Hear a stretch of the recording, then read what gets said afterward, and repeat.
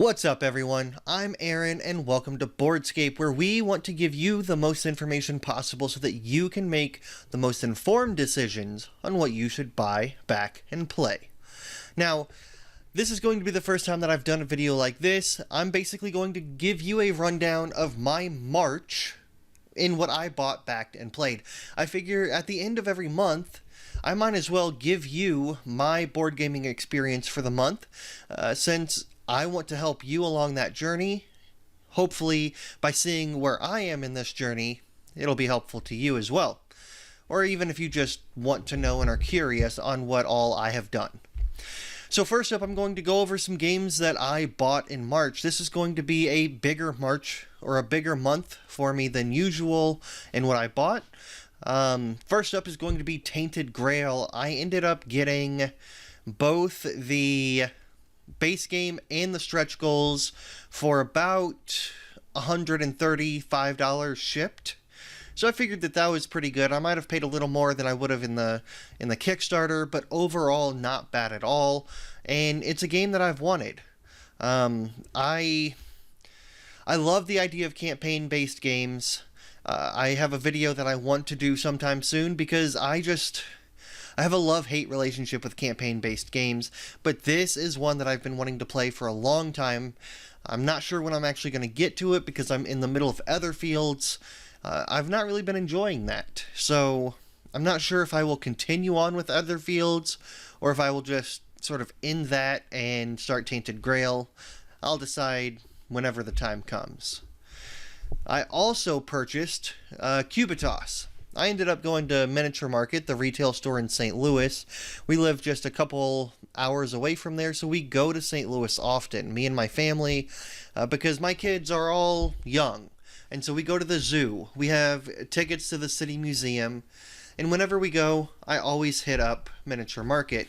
They have some amazing in-store sales, and a ding and dent section, and I like to go and see what I can find. But Cubitos is one that I've been looking at ordering even before the Shut Up and Sit Down video, if you saw that. And they had it. So I figured I might as well pick it up. One of my wife's favorite games is Quacks of Quedlinburg, and this gets compared to that a lot. In Cubitos, you're basically racing. You're going to be buying these cubes and rolling them and moving along this racetrack.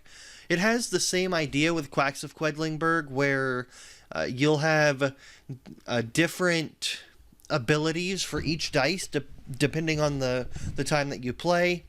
And I think every single colored dice has maybe 7 different abilities, 8 different abilities, something like that, changing up the way that you play every single time. So I figured for $47 it wouldn't hurt to get it and try it out. People have been talking about it. It's currently on the BGG hot list. Let me know if you've tried it or if you are even interested in it. I also bought Clank Legacy, the Acquisitions Incorporated.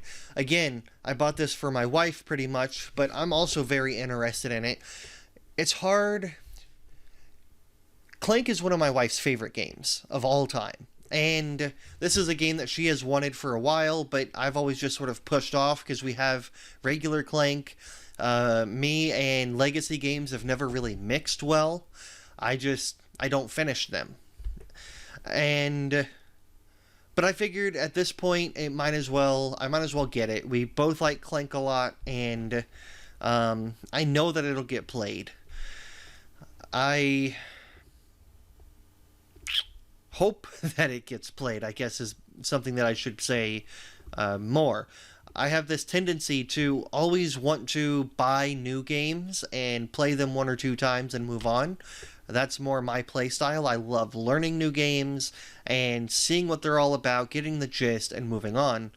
And so the idea of campaign-based games, legacy games, just sitting down and playing one game 10, 15, 20 times, I've not been able to do it.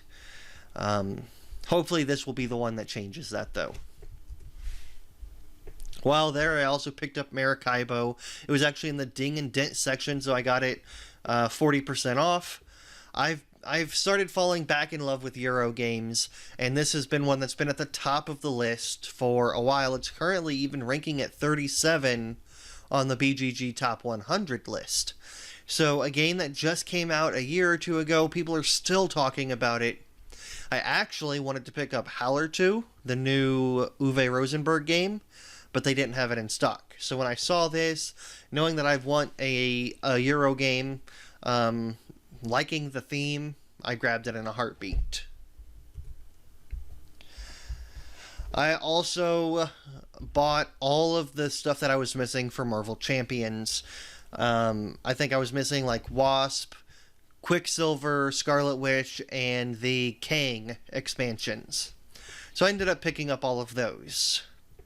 They're in the mail. I haven't actually got them to play them yet. So that's what I bought in March. Oh, no, actually there's two more. I don't think I have them up here. No, I don't. I also bought Stuffed Fables and Abomination, both found at Barnes & Noble in the clearance section. Got them both for $10. Not really interested in either of them, but hard to pass up for the price. I figure I might as well try them out. And if I don't like them, I'll give them away to you guys. Join the Patreon where I give away free games. It's linked below. Now I'm going to get into the 3 games that I backed. And as you can see, the first is going to be Endless Winter. I ended up late pledging for this. I wanted to get it when it was on Kickstarter, but I didn't have the money. I finally was able to save up and use a little bit of this COVID money that we got to purchase it. I didn't go all in, but I went gameplay all in. I got the expansions, the base game, and paid a little bit of extra for the box, the big box that holds all of them together. So I'm super excited for this. I have loved Lost Ruins Varnak. It's growing on me a lot. Dune Imperium is probably my favorite game of last year. And so to have another worker placement deck building game really excites me. Now these next 2 games equal about $600 total, and because of that, I ended up having to back out of quite a few games that I wanted in March on Kickstarter, some that I even said I was going to back, or even did back, but then had to back out because I just did not have the money. I ended up getting Everdell, the complete collection. So I got the complete collection, the big box, as well as the sleeves and the resource tokens. Or not tokens, the resource holders. Altogether, I think that equaled about $255, and that was a big chunk of my money for the month. I had initially thought about just getting Mistwood and New Leaf, but with this complete collection, it was too good to pass up. So I don't think you can see it above me, but I currently have Everdell, the base game, and Belfair. So you can also look to see those to be given away in a couple months. Again, join the Patreon. I want to give my games to you. Join the Patreon so I can do that. Plus the fact that joining the Patreon will help me immensely in being able to get new games to the table, so that I can then give you reviews and give you real honest reviews, basically. I don't want to be somebody that is taking money from publishers and having to finagle my wording so that I can say, oh, this game is so good, and I'm going to just sort of leave out these crappy areas. No, I want to give you an honest review, and to be able to do that, I need your support. So it's really not just about free games, it's about supporting the channel and where we are headed in the future, so that we can give you the honest feedback necessary to give you the most informed decision possible. End rant. Next is the other big thing that I ended up purchasing this month, the Gambler's Chest for Kingdom Death Monster. I ended up getting into Kingdom Death 2 years ago. I play probably every week, every other week with some friends, and I absolutely adore the game. It's it is my #1 game of all time, and I had not backed the Gambler's Chest at this point. So I ended up going ahead and doing that. $345 shipped. Um, Again, there went all of my money and possibly even some of my April money. So, but it's going to be worth it. If this ever actually gets released, then it's definitely going to be worth it. This is pretty much a full campaign. You're going to have a ton of miniatures, a ton of new monsters to fight, and it's going to be as big as the base game. So, again, definitely worth it. Just hard to swallow the price point, especially seeing where it was in the past compared to where it is now. So, Kingdom Death Monsters Gambler's Chest. Whenever this ends up coming to my doorstep, you can be sure that I will have a ton of videos on it. So, subscribe if you want to see those. That's what I ended up backing this month. I'm currently looking at backing the Robinson Crusoe, probably just the Book of Adventures, even though I want the Collector's Edition. I'll probably just get the Book of Adventures because I can almost but guarantee that April 5th I will be going all in with Mythic Battles Ragnarok, which again is going to take up a big chunk of my April money. So what did I play this month? We've gone over what I bought, what I backed. What did I play? Well, first I played A Feast for Odin 3 times. This was the first time that I had ever played it. Actually, in a video a couple weeks ago, I called out my friend Scott and said that I had not learned A Feast for Odin because he said he was going to teach me, and he hadn't. So it was 2 days after that video came out that me and him were meeting up for coffee, and he was going to teach me Fields of Arle, or Fields of Arle. And I showed up, and he had this set up instead, which worked out perfectly for me. So I finally ended up learning it and fell absolutely in love with it. I've played it now twice solo, and this is one of the few games that I actively look at my shelves and say, I need to get that back out right now. I want to play that right now. And that's a good feeling to have games that are like that. I do plan in the future to get the Norwegians expansion, but I want to give this base game 15, 20 plays before I do so. So it might be a year or 2 years before I end up getting that Norwegians expansion, which is going to change up the entire way that I play again. So let me know if you've played A Feast for Odin. This has reinvigorated my love for Euro games, which really took a back seat recently to just purchasing these these big Kickstarter campaigns, and really that's where all my money's gone to, and all my time, these big campaign style games. And it was nice to just sit down and have a puzzle before me that I had to figure out instead of a story. So, A Feast for Odin. I'm glad I learned it. I also played Kingdom Rush: A Rift in Time a couple times. I ended up learning this last month in order to see whether or not I wanted to back the new Elemental Uprising. I decided not to. After playing Kingdom Rush: Rift in Time, it has 10 scenarios, each which can be played in a variety of difficulties. And for me, what this base game has, I got the retail edition. What the base game in that has is enough for me right now. It's not a game that I want to pull off my shelf all the time, and the amount of scenarios that it has is going to be perfect. If I end up running through those, then I can get more later. But I realized, after watching another playthrough, that I played wrong. You see, I had left the buildings on the board. Which, if you've played this, you know that that's not what you do. As you play these buildings, let's see if... Gosh, I love images on BGG, but sometimes there's just too many minis, man. Too many minis. So, as you're playing the game, you're laying these buildings down, and I left those on the board. Every turn. I laid it, played it. And I was watching a Quackalope and Board Game Co. video, and they started picking them up. And I was like, what the heck is going on? And I realized I was playing wrong. I went back and played it. You lay down your buildings, and then you pick them up every turn and put them back into your hand. And you can lay them elsewhere afterwards. And I actually enjoyed the game a lot more after doing it and playing that way. Imagine that. You play the game correctly and it ends up being better. So I went back and played a couple times, basically. So Kingdom Rush, Rift in Time.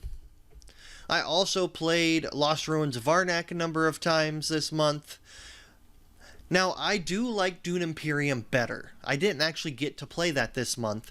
I taught this to a friend. I played, I think, with my wife once. And every time that I play Lost Ruins of Arnak, I like it more and more as I start to understand the game more.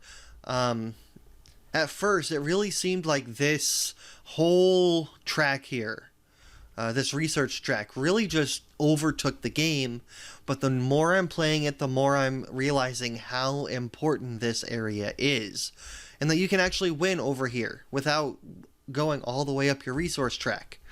So, again, I like Dune Imperium more. The more I play Lost Ruins of Arnak, the more it's growing on me. Now, I would say don't fall for the hype. A lot of people, I fell for the hype. I got it for $60. Wait and get this for $40 or $45 because it's not a $60 game. The production value is outstanding. Gameplay wise, I don't feel like it's a $60 game. It feels more like a $40, $45 game. And I think Game Nerds or Cool Stuff Inc., one of those recently just had this back in stock for I think $43. So if you wait just a couple more months, then you'll be able to pick this up cheaper. Definitely worth it at that price point. I also played a bunch of Welcome To because it's a quick filler game. When we have friends over, it's easy to explain, and just it's a fun little thing to get out. This and Cartographers, we go back and forth, play those at the end of the night or in between games when we want to decompress a little bit. Yeah, we really just have the base game. I've not played anything other than that, and so far I've not really felt the need to. Now, I've played Kingdom Death Monster a number of times this month. I think 2 times. Me and a friend, maybe 3 times. Me and a friend started a new campaign recently, and we've been going through that. We just got annihilated by the Butcher. I had this cat eye bow with this arrow, can't remember the name of it, that I thought would just be amazing, but it ended up, you can have the best gear.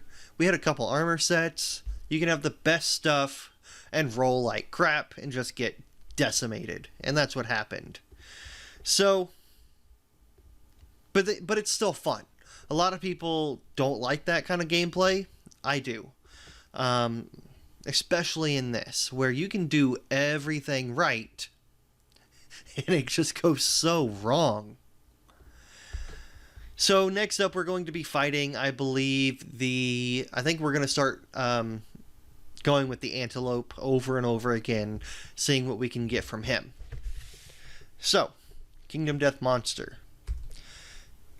I did play Robinson Crusoe a couple times to learn whether or not I actually wanted to back anything in this campaign that's going on GameFound, and I've decided that I do. It just depends on how much I'll actually be able to. In fact, you can't see it over there, but I have Robinson Crusoe set up again to play right after I finished making this video, because I enjoyed it. It's a fun game. I am somebody that likes games that make me feel futile, I guess. I mean, I go from Kingdom Death Monster to Robinson Crusoe. Both are just punishing games, and I find that fun. Where I know that I'm going to lose. The goal is for me to win. What's a better way to say that? I know there's a lot of games where you're winning and trying not to lose. This is a game where I plan to lose and hope I win, if that makes sense. So I have enjoyed it. The GameFound campaign looks great. Finally, this month, or actually, no, not finally. I think I have one more. We've played Caro, me and my wife. This is a small 2-player game where you're chucking dice, trying to beat the time limit and get the dice on all the sides that you want them. It's a fun little game. Nothing spectacular, but it's a little stressful, a little fun, and just a great time all around. If you are looking for a good 2-player game that's maybe going to take 45 minutes, one that doesn't take deep levels of strategy, this is definitely one to check out. It's worth it. Finally, we played Quacks of Quedlinburg, the most out of everything this month. My wife and our friend is on a Quacks kick, which is fine with me. I enjoy the game. It's not my favorite game of all time, but I do enjoy it. I need these upgraded resource tokens, though. Or these. I don't know what I want, but I need something other than just these crappy little chips going on. So yeah, Quacks of Quedlinburg, it's fun. I like the varying powers, how they change every single time that you play. And we'll see. We'll see if it's a game that we keep coming back to or if this kick stays. So again, let me know what you have played this month. What have you bought? What have you backed? Leave comments below, letting me and everybody else that watches this channel just sort of catch up with each other, where we see where we are in our board game journey, where we're going, where we're headed, and where we've been. So as always, thank you for joining me, and game on.